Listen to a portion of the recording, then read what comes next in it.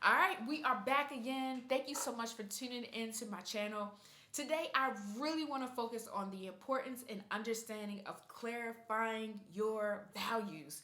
Your values could actually be holding you back from achieving the goals and living the life that you want.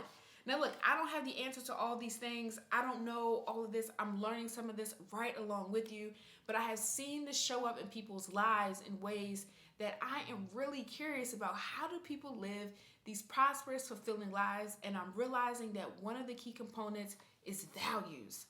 When we show up in life and we have these feelings of negativity, we have feelings of stress, fear, anxiety, pessimism, and even just like frustration, a lot of it has to do with being out of alignment with our values. Out of alignment with your values. I notice that when my body is out of alignment, I feel tense, I feel uncomfortable. I'll go to the chiropractor and they will release the tension in my body, and I'll feel so much more joviant. I feel like I have energy, my blood is circulating. Well, it's the exact same thing when it comes to your values. When your emotions are out of alignment, when you feel uncomfortable, you feel negativity, it's because you're out of alignment with your values. I think that's really interesting. So Socrates, he has this thought that a life unexamined is not a life worth living. A life unexamined is a life that's not worth living.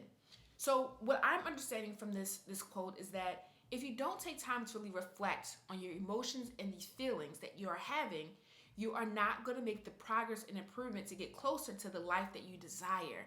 And you want to live a fulfilling life. But if you're sitting in these moments of frustration and anger and stress, you're not living, and it's not really helping you to become the person that you need to be to really enjoy this life. If you didn't watch my last YouTube video on reflection, I encourage you to go back and take a look at it. Self-reflection is one of the most powerful tools that most successful people have, because they take time to really reflect. There are some key questions you should ask yourself daily, monthly, and quarterly that will allow you to be able to transition to then living and improving your life. So when your life is out of alignment, when you feel that you don't have the right feelings or emotions, you want to take a moment, pause, stop. Where is this coming from? Why am I feeling this way? Well, one of the things that I realize is that when people reflect, they have a more positive, optimistic, and goal-oriented life that is prosperous, they're happy, and they're successful, and it's evident on the outside. And they start to live a life that is in alignment with their values, and their values are in alignment with their goals. So you're probably wondering, well, hold up, what is this whole value thing? I've got values, I got things that are important to me. But I think that if you really reflect on how you've shown up in the past, you'll begin to see what your values truly are, right? What your values truly are your actions and how you're showing up today and how you showed up in the past. But in order for you to improve and to get to where you need to be, you have to think about, where am I out of alignment with my values and how am I not showing up right? So I want to break down this concept of there are 4 personalities that, I would say traits more or less, that actually dictate the outcomes of your values and being in alignment with them. Number 1 is your values. Your values determine your beliefs about yourself. Your beliefs are not the ones that are set by this world, not by your parents, not by your siblings, not by your friends, but your own personal beliefs. So for me, my own personal belief is that I live in this world, but I am not of this world, right? And what I mean by that, the world will try to tell me what I should be doing, when I should be doing it, how I should be doing it, or how I should be feeling and what I should be buying. But for me, that's not my belief. I don't want to believe what everyone else does is the way that I should live my life. So I have to define what are my beliefs and what do I desire, and then I live my life based on that. Now, understanding that your beliefs are directly tied to your expectations, right? Your beliefs determine your expectations. So, for example, if I believe I am a good person, then I expect that everything that's happening around me will be for my good. So I expect good because I'm a good person. Like, that's just a natural thing. But if I have an expectation that everything around me is bad and everything is up against me, the world is against me, then more than likely everything around me is going to be a negativity. And I'm going to begin to attract those things. So you have to really think about, what are your beliefs and what are the expectations? The next piece is attitude. Your expectations actually determine your attitude. How you show up, how you interact with people, your attitude, it tells a lot. It says a lot about you. I remember when I was in elementary school, I got a trophy. It was a positive attitude trophy. I'm like, this has nothing to do with basketball, which is what we're here for. What does my attitude have to do with anything? But the coach at the time said to me, your attitude is more important than any other skill that you want to have. Defensive player of the year, MVP of the world, MVP of the year. Those things don't matter as much as your attitude, because at the end of the day, you may not play basketball forever. But if you have the right attitude, people will begin to be gravitated towards you. People will want to help you. People will want to be a part of your life. People want to be around you, and you'll actually get the progress that you desire because you have a positive attitude. So your attitude really, really does matter. And your attitude then determines the actions, like what you actually do on a day to day. And those actions are all tied into your beliefs, they're tied into your values and your expectations. When all four of these things are working together and are all understood, you actually live a prosperous, happy life and a fulfilled one. So I encourage you to really think about these things and think about how you're showing up. Now, when it comes to all these attitude traits, you're then probably wondering, well, how do I define my values? Where does the values come into play? Well, your values may have been set, as a kid, based again on maybe your parents or those who were around you. But you can actually assess your values based on your past and how you showed up in key areas of life. So I'm just going to name a couple of key areas. You can determine then what values or categories are most important to you. But one of the most often values or characteristics people think about, starting with maybe your family. What is your values around family? Are you generous to your family? Are you patient with your family? Are you spending time with your family? Is it a high priority to you, right? How you show up with your family then determines what is really the value as it relates to your family. Another category might be spirituality. Is spirituality important to you? Are you going to church? Are you spending time with God? Are you spending time in your Bible or your Torah or your Quran?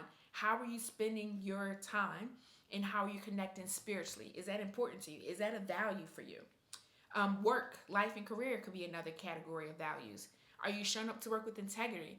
Are you motivated to take action regardless if someone's watching or monitoring you? Or do you do certain things just because you want to be compensated or acknowledged? So work, life, and career is another category you can consider. Another value you could think about is money. How are you managing your money, your finances? Do you have a budget, right? Are you spending your money but not necessarily saving or investing? What is important to you when it comes to money? So think about your money values. So these are a couple categories that you can consider of, what is the importance to you as it relates to these different categories, and how have you shown up in the past? That will determine what are your values. Now, because of your past, it doesn't mean that you always have to have these values to be set. You can change your values. You can change your importance and how you're showing up.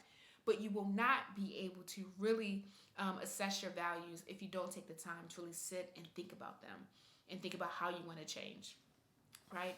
So when you have values, they're clear, and again, you're in alignment with them and you're in harmony, you would then be able to be happy, positive, prosperous, and all of your goals and your values will begin to naturally happen because you have a different perspective of life and how you show up in it. All right. So I'm going to leave you with 3 actions to help you to achieve what you desire and to get these values really core and set. So the number one thing I want you to do is I want you to make a list. Make a list of 3 to 5 of your most important values in your life.